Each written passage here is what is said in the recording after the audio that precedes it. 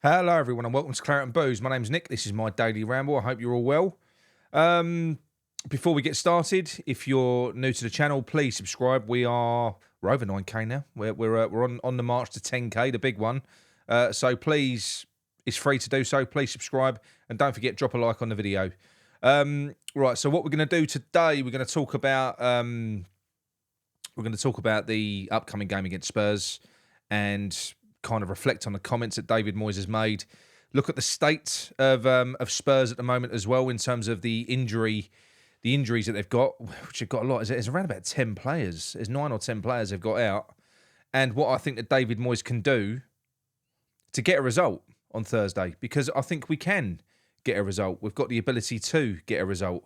But first of all, let's quickly sort of have a quick flashback to the comments. We all saw the game. We was all disenchanted. We know the mistakes that David Moyes made, but you know the real frustration came when you listen to the guy. Now, typically, I don't listen to his post-match interviews. I don't, but they were clipped and circulated on social media, so you couldn't really get away from it. And the guy was just in full excuse mode. He really was. You know, he made 2 stabs at the fans on 2 separate interviews. So he didn't kind of say something and go, oh, that was the wrong thing to say. He backed that up on the next interview as well. He sort of said, you know, Sunday, 2 o'clock, you know, can't really get the atmosphere going. You know, might be the football. Sort of pulled a face when he said it. Might be the football style. But he kind of goes on to sort of say he blame the players. He blames the players entirely. He wants them to show more personality. He wants them to take more risks. And I just think that's absolutely laughable from the guy. I mean, how can he... the guy demonstrated in that game that he had no clue how to get the best out of the players on the field. You know, just that pick on one player, James Ward-Prowse. He played at CDM. He played central midfield in the 8. He played as an attacking central midfielder. He played left and then he played right. He was constantly rotating players, but not making subs because he didn't really know what to do. It was an admission that he didn't know what to do. He'd run out of ideas. He just kept on rotating these pieces about because he had to keep James Ward-Prowse on there. He knew that Paqueta wasn't in the game out on the left wing. So he knew that we had no control in the middle. He knew he had to get Paqueta into the middle to get us some sort of creativity, which almost worked. Because almost the minute that Paqueta was shifted central, he picks out that pass to Emerson. But rather than taking James Ward-Prowse off, who isn't a left winger, and putting someone like Cornet on, and rather than taking Souček off and putting somebody else on, you know, as a bit of an impact player to sort of really go for the game, he can't get past the fact that, we might get a corner. And it's as simple as that. So him kind of taking the... You know, we need more personality. We need more risks. It's quite rich coming from that guy because he shows none of those qualities at all. None, absolutely none. He's completely and utterly risk averse. The guy, and he was hoping and praying for the same slice of luck that we've been served in the last 4 games previous. That we would just get that chance, get that corner right at the end, and nick it at the end.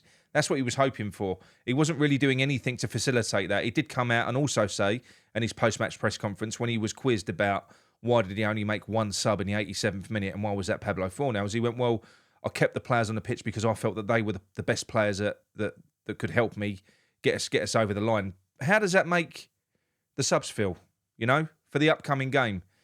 It's absolutely bizarre the way that he's... there's square pegs in round holes all over the team. They're completely unmotivated. We've done the same again in that game. We conceded between the 45th and the 60th minute 16 times since the start of 2023. 16 times. It's an absolute joke. It's, you know, it's not a coincidence at that point. If it happens 16 times, it is not a coincidence. And I've heard people coming out blaming the players, but I'm sorry, that guy runs that team. He should be in there inspiring them, sort of getting them fired up. I can only imagine that the opposite happens. It's all about, you know, don't do anything. We've seen it. I mean, he made the comment that he said the way that we've been attacking games in the last 10 minutes, he'd like to do that for the whole game. Yeah, all right, Dave. Like that isn't under instruction. When we switch ethos, that's under instructions. Now, the team will be listening to what he's saying here and they will be thinking the same as us. you're talking crap, Dave, and you're just pushing this all onto us. I do genuinely think the guy is losing the plot. Now, I really do.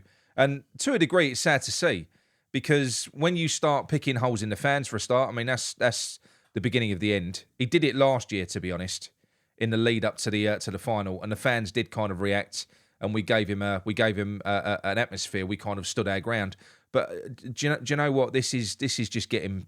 This is tedious. We're 13 games into a season, and we're already there. We know that Sullivan we know what the situation is with Moyes. We know that he's not going to get renewed. Sullivan leaked that story to Jim White, but then he's tried to retract it, because obviously he's probably had an even more negative impact on the team and our performances. You know, we shouldn't be 9th or 10th. Our performances do not dictate that. We've had luck in certain games. Now, that luck only lasts for so long. You know, if your performances are that poor, at some point the results are going to follow. They're not going to come. But I think we've got a really, really good opportunity coming up against Spurs on Thursday. They've got 10 players out. They've got a raft of players out. We know about James Maddison. We know about Van der Ven. Perisic is out as well. Dyer, Bentancur, Solomon, Alfie Whiteman, and Papassar and Richarlison are also unlikely to be available for that game as well. So they've got. I mean, we've got Antonio out. But this happened when we played Newcastle. When they drew at our place, they had a raft of injuries. They had about 7 players out. First teamers as well. And we didn't take advantage of it. You've got to be looking at this now. I know we're away from home, but you've got to be looking at this thinking, we've got our first 11 here. We've got to be putting out the best team possible in the right way, in the right system, to take them apart. You know, it's going to almost be beyond embarrassing for Moyes if he doesn't get something out of that game now. I know they're playing well. I know they went to City and they drew 3-3. But if you look at it, you look at the bigger picture. Is there that much of a gap? Is there that much of a gulf between the quality of the managers in Postecoglou and Moyes that Postecoglou will be able to make do with not having... And they ain't got the best squad in the world. Without making do with 9 players out, and still managed to beat Moyes, who's only got 1 player out, who was already benched when he got injured. He weren't even being used at that time. So effectively, what we've got is our strongest team available. Obviously, we've got to hope that Zuma's back, because he had a bit of a bad experience. You know, he was burgled, for armed robbery apparently, while his family was sleeping. So that's horrific. But I'm sure he'll be back. He'll be fine. I won't make a cat burglar joke. Oh, just did. But yeah, I just think that this is a perfect opportunity for to play Spurs. And Luke made a good point when he phoned in the other day, and he mentioned that the style that Postecoglou does favour, which is on the front foot, playing high, that could suit us if we're on form. When the way that we play with our counter-attacking play, with the players that we've got, that could suit us. But he's got a number of things to address, a number of things that he's introduced, problems that he's introduced into our setup. He's made us unbalanced. And that all stems from the middle, and it does. And it stems from Souček, and it stems from James Ward-Prowse. Those two in the middle have done well individually. Souček's been banging goals in for fun. He's been digging us out of crap. He's been winning us games. You know, James Ward-Prowse has got 9 assists this year. They are specialists, but to have them two in the middle of the park, we're losing every midfield battle. Every midfield battle. So we're reliant on a corner from James Ward-Prowse. We're reliant on a last-minute goal from Souček. It shouldn't be like that with the amount of talent that we've got.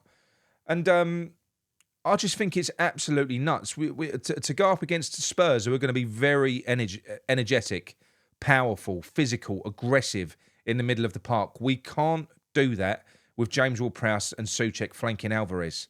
You physically can't. I know what Moyes has been doing. I know he's acknowledged the fact that we don't have a midfield now, which is why we've been bypassing the midfield with long balls. We've become a long ball team now. You know, the first sort of 5 games when James Ward-Prowse was in, he was being used in a more advanced role. We were fine. We were quite progressive. We had sort of Paqueta just behind him, and Paqueta was doing a great job in that role. You know, I think he had the highest ball recoveries in the league after the first 5 games. Lucas Paqueta. He was phenomenal early on. And then it all changed for some reason and he got shunted out wide left. I don't know. I can't explain it, and I can't explain why James Ward-Prowse has been pulled back. But this has got to stop. And like I say, it's a real conundrum. And from the outside in, because you think, James Ward-Prowse is our best assister and Thomas Souček are our best goal scorers, but they're also the reason why we're not playing football now, if that makes sense. And it has to change. That is why David Moyes shifted James Ward-Prowse out to the right wing, left wing, just so we could get Paqueta into the middle so that we could get some form of control back. You need to have, in the middle, you've got to be a jack of all trades, but very good at all of it. You've got to be powerful. You've got to have a little bit of pace. You've got to be able to hold the ball up. You've got to be able to pass. You've got to be able to tackle. You've got to have good positional awareness. And you've got to be able to carry the ball as well. Someone in the middle needs to be able to carry the ball. That's why Alvarez has been trying to fill that void. Because like I say, it's either Alvarez, it's either Aguerd hoofs the ball up, or Alvarez has been trying to carry the ball forward from deep. Neither is a good option. It's not. We haven't got the best target men up there at the moment. So he's got to start putting people in their strongest positions, field our strongest team. Our best midfield performance this season was against Arsenal in the EFL Cup, when we had Souček, Alvarez and Paqueta in there. We were brilliant. I've said this before, we were brilliant. We've got to do it again. We've got to get either Souček or James Ward-Prowse out of the middle of that park. And personally, for me, in this game, I would throw a curveball. I'm not saying take these players out completely and remove them. It's good to have... So I think Souček's the last 10 to 15 minute man. Bring him on if you need him. Because his instincts inside that box are amazing. He's the impact player, really. If you're going to start launching balls into the box in the last 10, 15 minutes because you need it, then bring Souček on.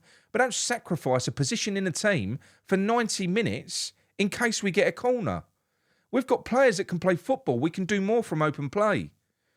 So I do think that we should take the game to Spurs, and I think that we should try and cause what would be a massive upset. Like I say, it's an amazing opportunity. They've got so many players out. They're not at their strongest.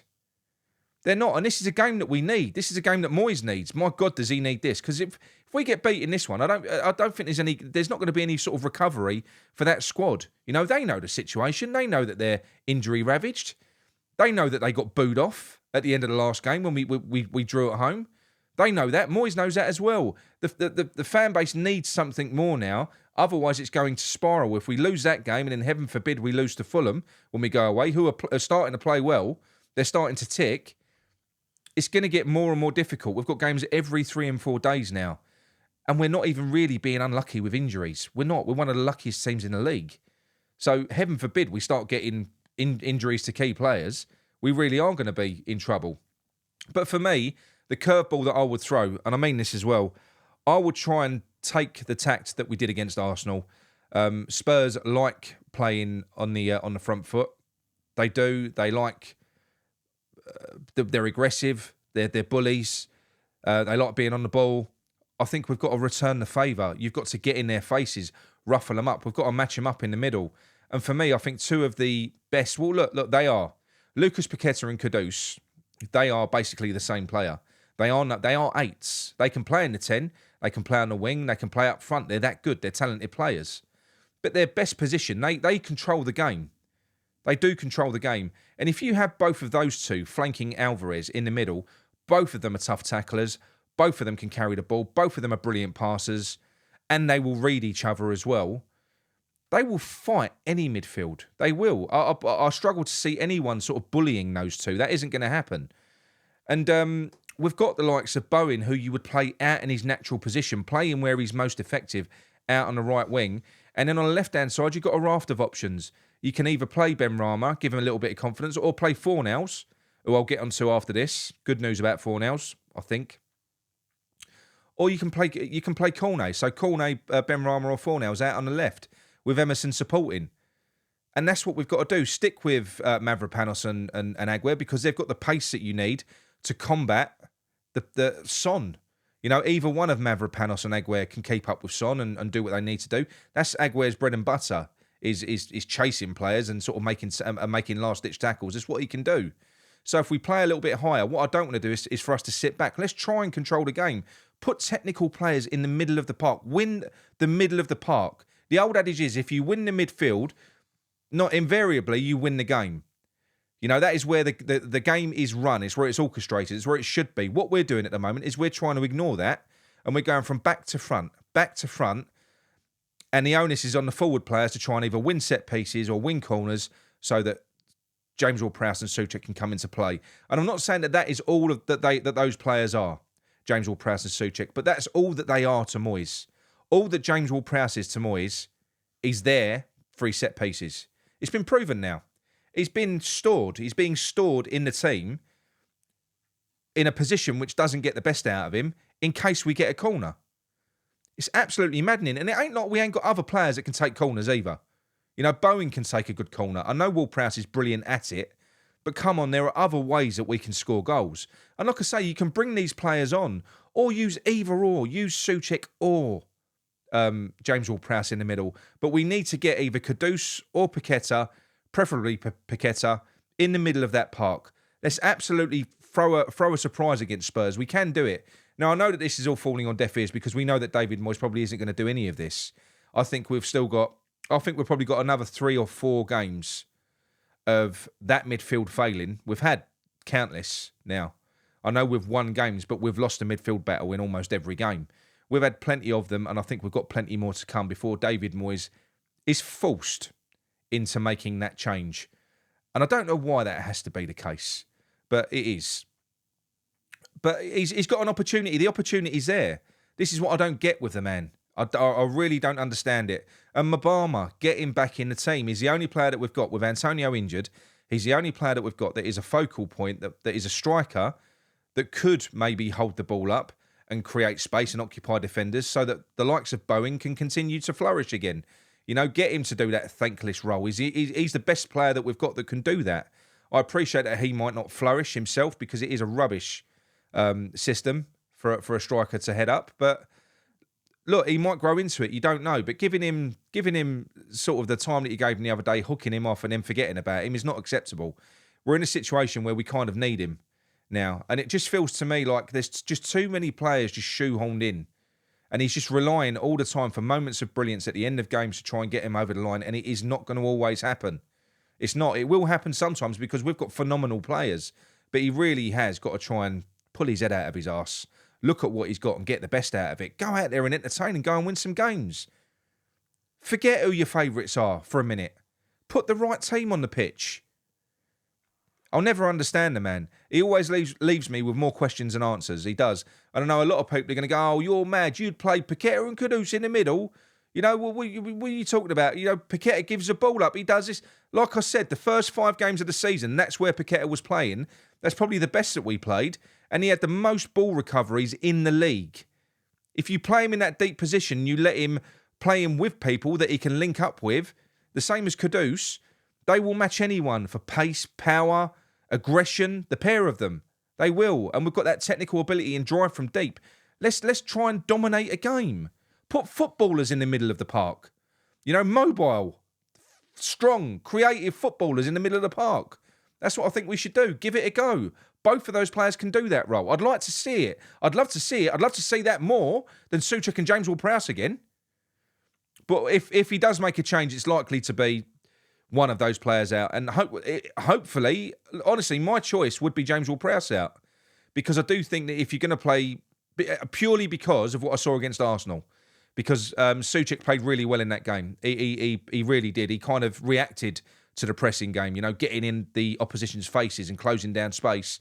He played really well. I know that a lot of people won't think that, but I think that was probably the best that he's played all season, Souček. So out of the two of them, I would pick Souček. And then if you're going to bring James Ward-Prowse on or put him in a place, and you're going to shoehorn any player out to that left-hand side, it does have to be James Ward-Prowse. We can't do this to Paqueta anymore. He's our most important player. We have to get him in the middle of the park. And it could be, we haven't seen it, it could be a phenomenal central midfield. If they play as a pivot and they share responsibilities, one player sits, the other one goes, Kudus and Paqueta I'm talking about, it could be absolutely amazing. They're both intelligent players. They are. I'd love to see that. And then, like I say, it gives other players a chance to flourish up front because we'll be creating chances from deep. So your Cornets, your Benramas, your Bowens, Mabama. These players will flourish off the back of chances that we create. So I just hope that he doesn't do the same thing again, and I genuinely hope it now because I don't want to get turned over by Spurs. If he sets up the way that he did at the weekend, I do genuinely think that we're going to get really quite badly embarrassed at Spurs. And I can't tolerate that. I can't tolerate that. Not against him. Not against him. Pablo Fornells, you've probably all heard, but Pablo Fornells has had his contract extended, so he had a year's option. So it doesn't mean he's not leaving at the end of the season, but what it means is that we don't let him go on a free, which I don't think is a bad thing. I don't think it's a bad thing. Plus, the next manager that comes in may be able to talk him round. He might see him as part of his plans in a possession-based team, in a different style.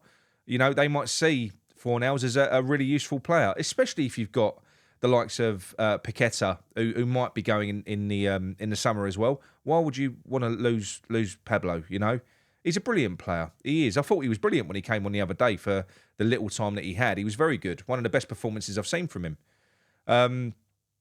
But let me know what your thoughts are on Spurs and the way that we're playing anyway. What do you reckon is going to happen at the weekend? Do you reckon he's going to stick with the same thing? Do you see us the same sort of tepid display, or do you think he's going to spring a surprise?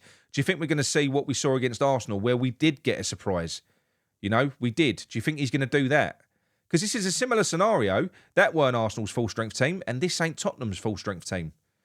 Or is David Moyes going to cower to the great Ange Postecoglou and set a low block because he doesn't trust himself to coach football good enough to go up against this team? I don't know. Let's wait and see what he does. But for me, I don't think Moyes has got anything to lose in this one. I think this is pretty much a free hit for him. You know, I wouldn't criticise him if he went out and had a go at them and we got beat. Not in this one. But if you play a coward's game and you end up losing, that for me really isn't good enough for me. It's not good enough for me. Not at all. But we shall see what happens anyway. Like I say, let me know what your thoughts are on all the topics that we discussed today. And I'll speak to you all soon. Gary and Mickey are back on Wednesday doing the Wednesday waffle. So they'll talk a little bit more about the game as well. And then we will be doing a post-match show on Thursday night after the game. We'll probably go live straight away, I imagine, after the Tottenham game, because it is midweek and I don't want to be up all night. So we'll probably go live pretty much straight away after the Tottenham game. So make sure you tune in for that. And we might give some mugs away on the Thursday night show as well. So we might do Thursday and Sunday, as it is Christmas after all. I haven't sent the other mugs out yet, so I'm going to probably do that either Wednesday or Thursday. So the 5 lucky winners from the other night, I've got your information through on WhatsApp. You'll get some tracking information through, and there's a couple of other people as well that are still waiting for mugs. There's been issues with transit. A couple have been damaged. Yours will be getting sent out at the same time as well. All right. And you'll all get tracking details. So thank you very much, and I will speak to you all soon. And come UNs.